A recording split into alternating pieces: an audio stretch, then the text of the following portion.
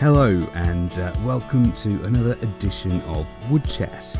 I'm Sam and today we'll be focusing on the FWPA-supported ForestLearning initiative. With so much good news to report from new and highly innovative resources, award wins, glowing testimonials from kids and teachers, the embracing of new technologies such as drones, and much, much more, we'll be presenting this episode in two parts, a first in the history of WoodChat. So with that said, let's not waste any more time and get straight into it. I caught up with Beth Weldon, ForestLearning Program Manager, as well as an array of other people who have played instrumental roles in the recent successes of ForestLearning to find out everything you need to know.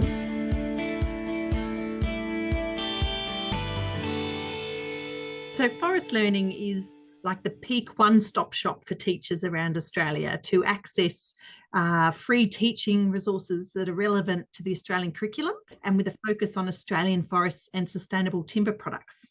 How does that sort of look from a teacher or student perspective in the classroom? We provide schools, so basically for teachers and students, teaching and learning resources to meet a whole range of different subject outcomes. Yeah. So that can be from science to agriculture to design and technologies and geography, right through to maths and English and a whole range of other sciences like environmental, earth and environmental science. ForestLearning delivers resources for teachers from foundation right up to year 12, from multimedia videos and virtual reality experiences and virtual tours, right through to worksheets or unit plans or simple activities like the forestry carbon storage tape measure, which has been a huge success too in schools. And now it looks like that's continued to evolve and you have embraced new technologies or new ways of delivering the units or the resources.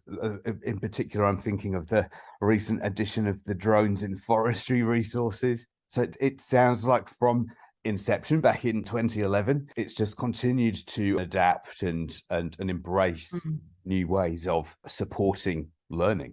That's right. So yeah, ForestLearning, since it started in 2011 from very humble beginnings of collating all the different forest resources from around Australia that had been created to provide a portal for resources for teachers to reduce choice fatigue and to create a reliable and robust depository for different teaching resources. Particularly the new resources that we're creating are being developed in partnership and close collaboration with teacher association groups so that we can bring the expert forest and wood product knowledge, and teacher association groups can refine that knowledge into something practical in the classroom. And we've continued to try to work with education associations and national education professionals to help refine and define what emerging technologies there are in schools, such as virtual realities, such as smart boards and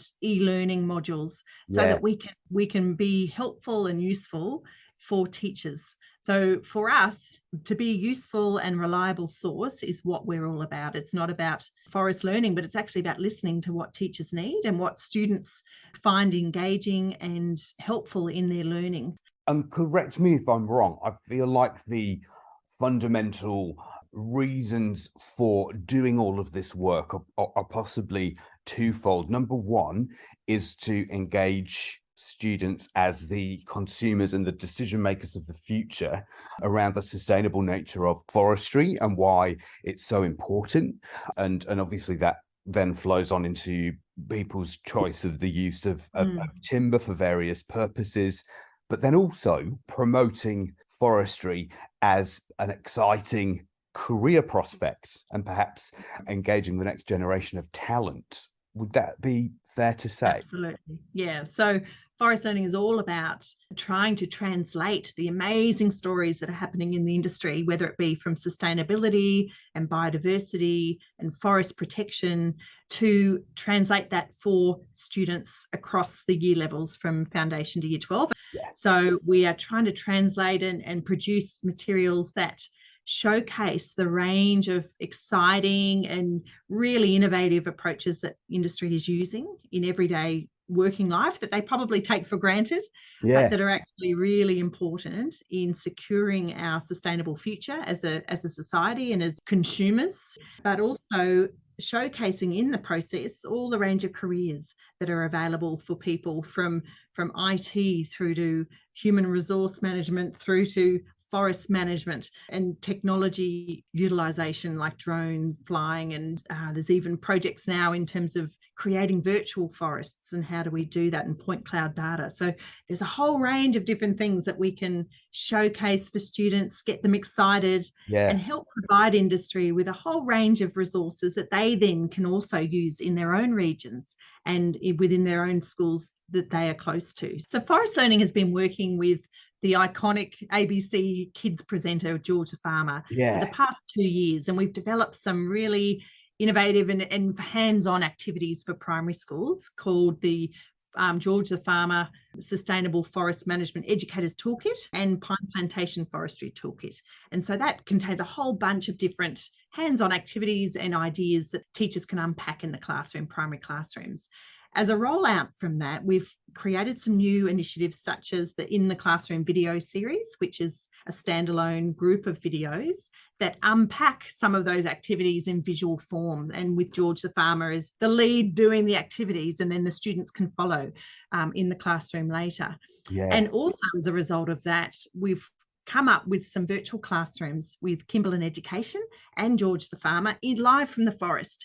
And that has been involving a range of different professional foresters and expert foresters, as we like to call them in the virtual classrooms, who then work with George the Farmer in the forest to explain more about the sustainability of forests, where wood comes from, where our paper comes from, which is topical in schools, and how do we protect forests. Don't you know that wood is good for the world? Well, good afternoon, everyone, and welcome to this virtual classroom brought to you by Forest Learning. My name is Hannah, and I'm a teacher from Kimberlin Education. We have some very special guests with us here today, including George the Farmer. Give us a wave, George. Ben and Greg the Forester. Hi, everyone. Hopefully you're doing well. You look like you're in such a beautiful spot there. We certainly are, Hannah. We're absolutely loving it. So we're trying to demonstrate within a half-hour session of these virtual classrooms the whole world of wood and the wonderful uses that we can make from this renewable and sustainable resource for schools. We can see all kinds of amazing sights right here in the forest, from animals right here in the forest. I'm wondering if the kids can let us know in the chat group there, if they can let us know some of the things they've seen, heard and smell in the forest. Now, Greg, I'm going to pose another question to you. We've seen how tree seedlings are planted.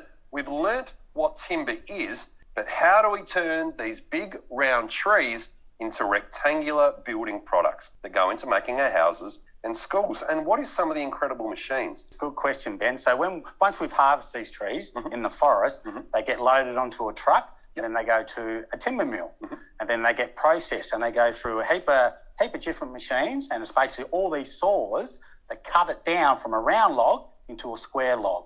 And once it's into a square log, and then it gets cut up to the boards that we buy from the shop today to build stuff. There we go. That is amazing. And I reckon, Hannah, we might have some vision out in the forest and then also in the timber mill that we can have a look at. We sure do. This is a great video. I'm sure all the students will really enjoy this one. All of the virtual classrooms have been recorded and form a library of different tools that can be watched at any time. So if schools miss out on a particular session, then they always have the chance to back it up with the live recordings. And that's been found to be just as useful and informative for kids back in the classroom as well. So Forest Science Explorers has been an evolution of ideation, I suppose you could say, within forest learning to try to tackle the whole forest literacy within school systems. How do we build an understanding about our sustainable forest industries, particularly within primary schools, where an appreciation of the different adaptations of forests to their unique environments is part of the national curriculum. What the central theme of Forest Science Explorers is all about is that we have different beautiful forest types around Australia occupying different environments, and they have all adapted to their unique physical environment where they grow. So that means that the science behind these forests is different. They all have different adaptations. They all respond differently to physical features like climate and rainfall. And therefore, the way that we manage these forests has to be different.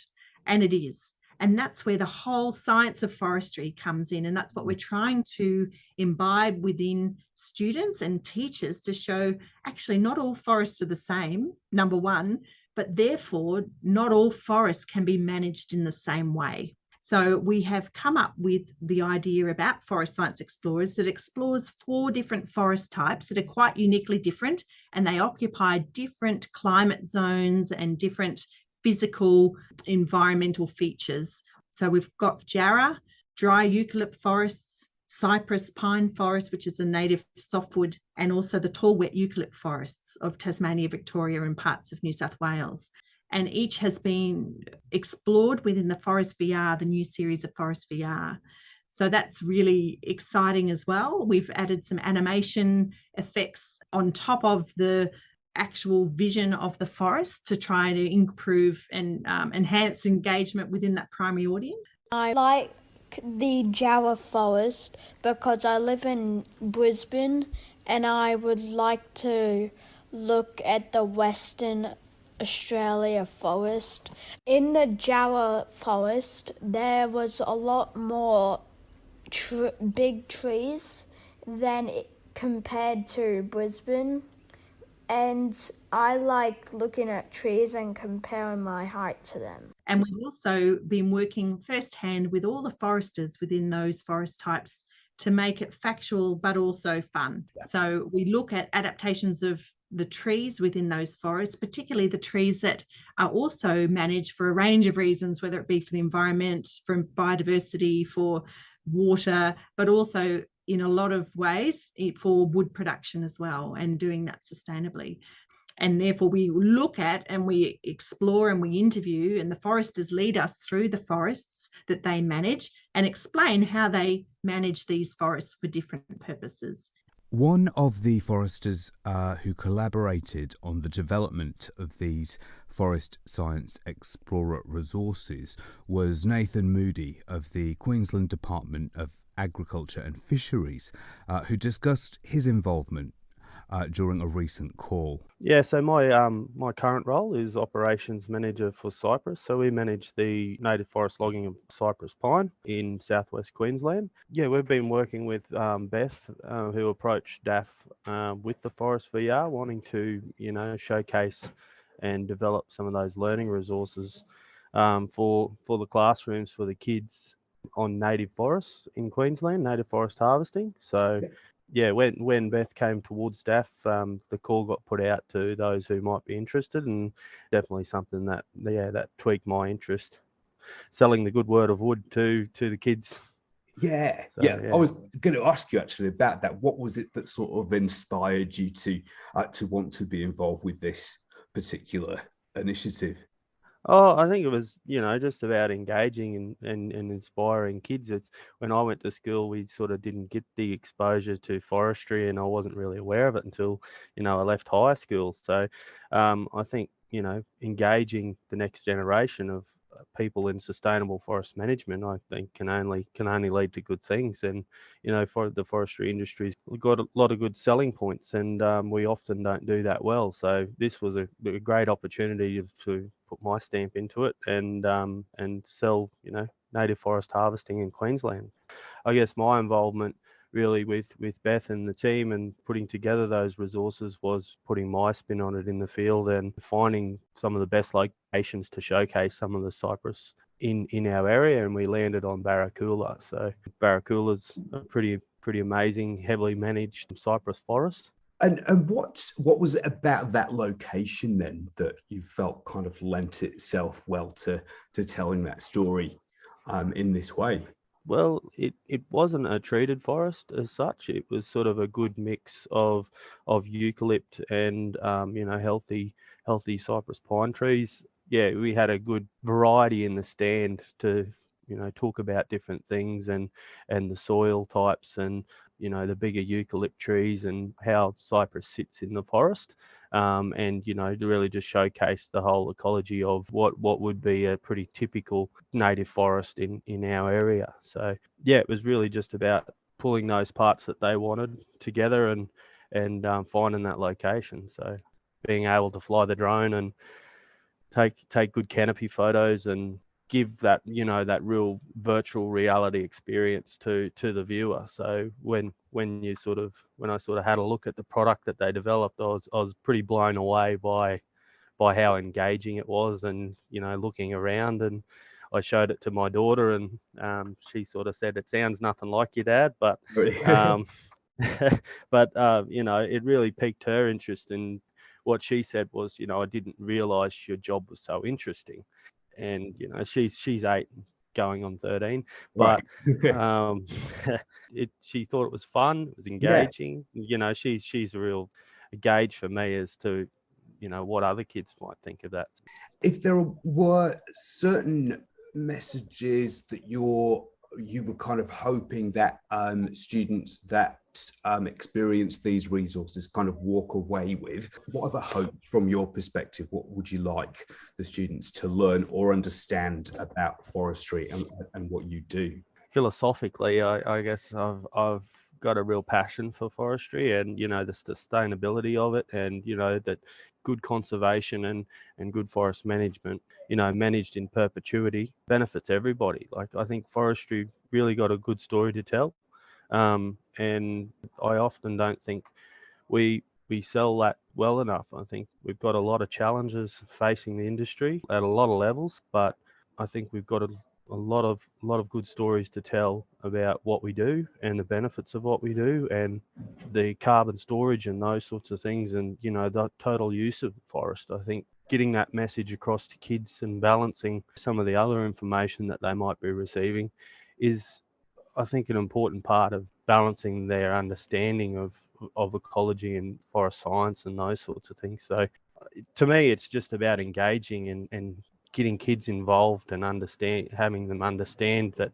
forestry is a great industry. It's been around for a long time and it will still be around for a long time. So yeah, the forests will always be there to manage. I see the Forest VR and the project that they've developed is an incredibly clever project. It's really showcasing innovation, and it's an immersive experience being delivered in something that's relevant to kids. They can look it up on their iPad. They can sort of walk around with it and look around the forest from their home or from their classroom. So I'm a big believer in innovation, and forestry is pretty good at innovation, but the engagement side of things is definitely where we should be focusing as well. So it's great to be involved.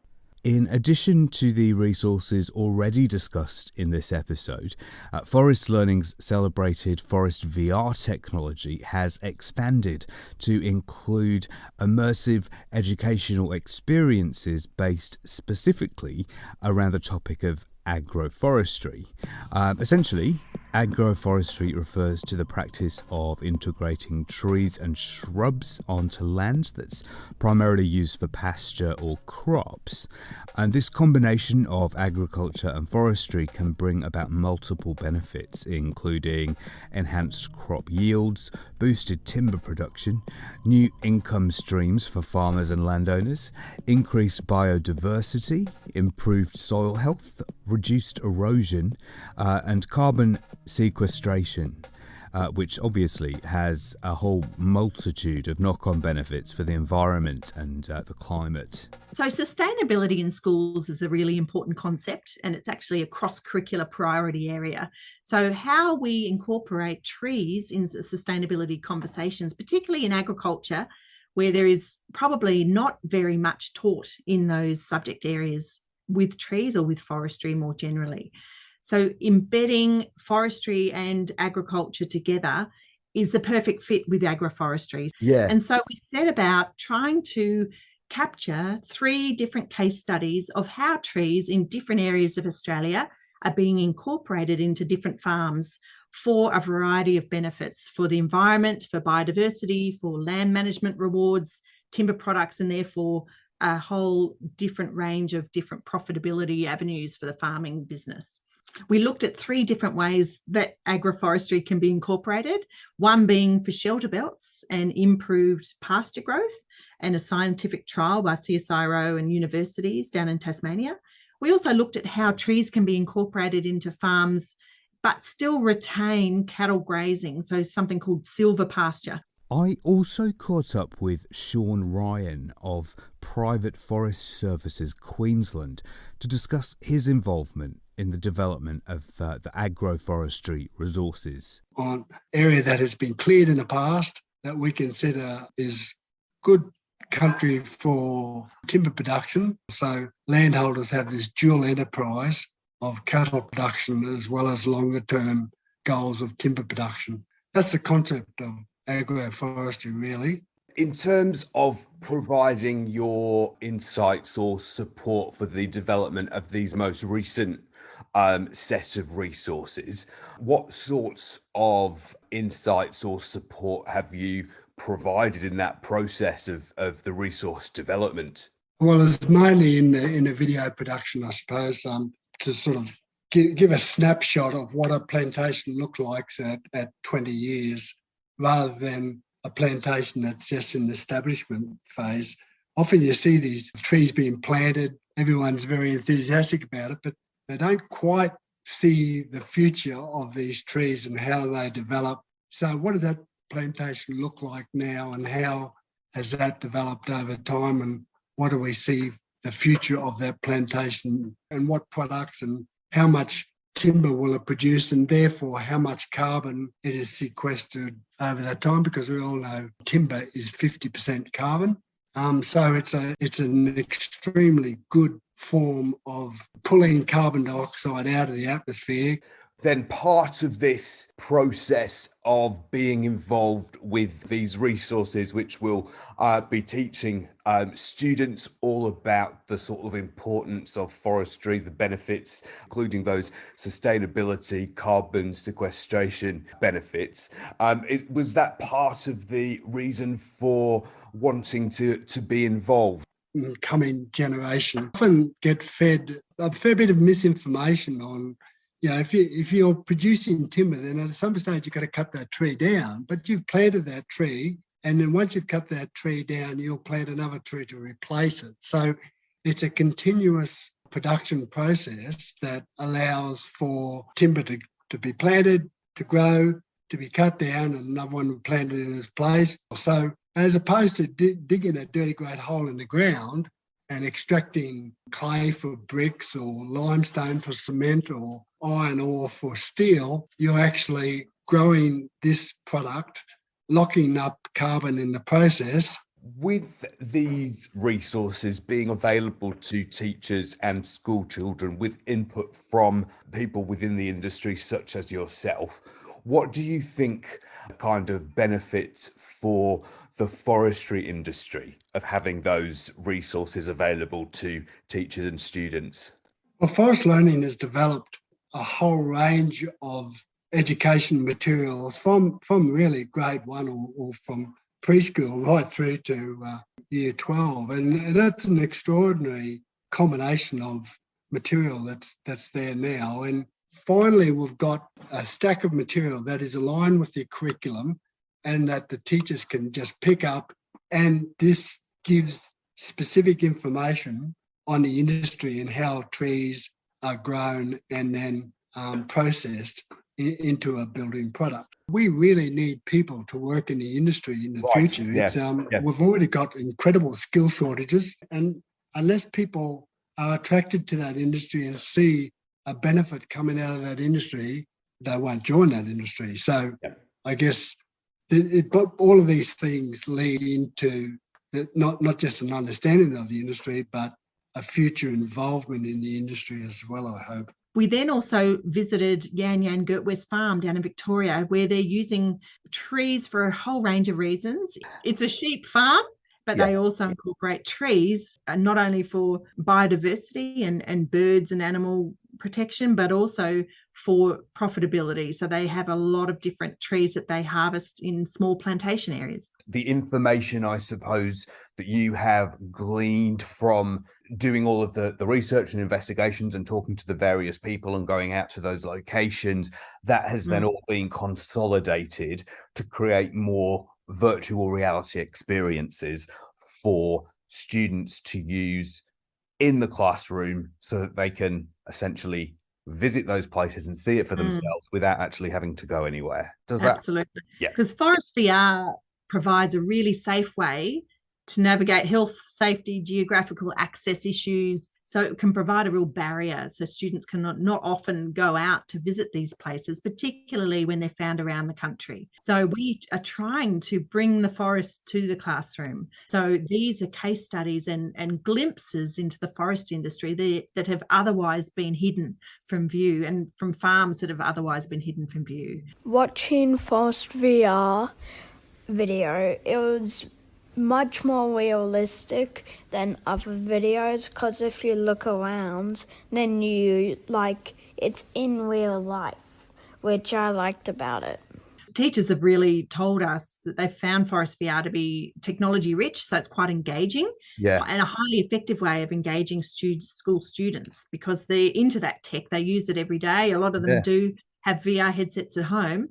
So this is trying to engage the new wave of learners through technology that they're already accessing. And the great thing about the Forest VR too is that you don't actually need a VR headset. You can use this technology on YouTube. So anything that can play YouTube, you can play Forest VR. Okay, so that further enhances the access that it brings, basically. So, an impressive roundup there of some of ForestLearning's most recent achievements. This important FWPA-supported programme continues to embrace innovation in the expansion of its resources, which are loved by teachers Australia-wide. But don't just take our word for it. ForestLearning regularly collects feedback from teachers that use its resources, and here are some examples of positive feedback given by educators. These are their words, but not their voices. I'm using the ForestLearning resources for my Year 9s. We have an assessment task that focuses on the life cycle of the radiata pine tree. I showed them a video this afternoon and they loved the VR component. I mainly teach woodwork and building and construction. During the situation with COVID, I was unable to do any practical excursions. I found the ForestLearning website very useful, especially with the interactive Forest VR videos and virtual tours.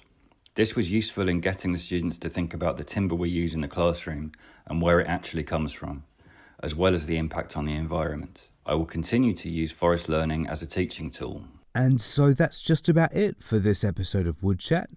But with so much exciting stuff happening in the world of forest learning, we simply couldn't fit it all into one episode. So, as mentioned earlier on, please make sure to join us next time for part 2 of our deep dive into all things forest learning, including, amongst other things, recent award successes and how the team is upping the ante in the tech stakes with the launch of new educational resources focused on the use of drones in forestry. I'll look forward to catching up with you all again then.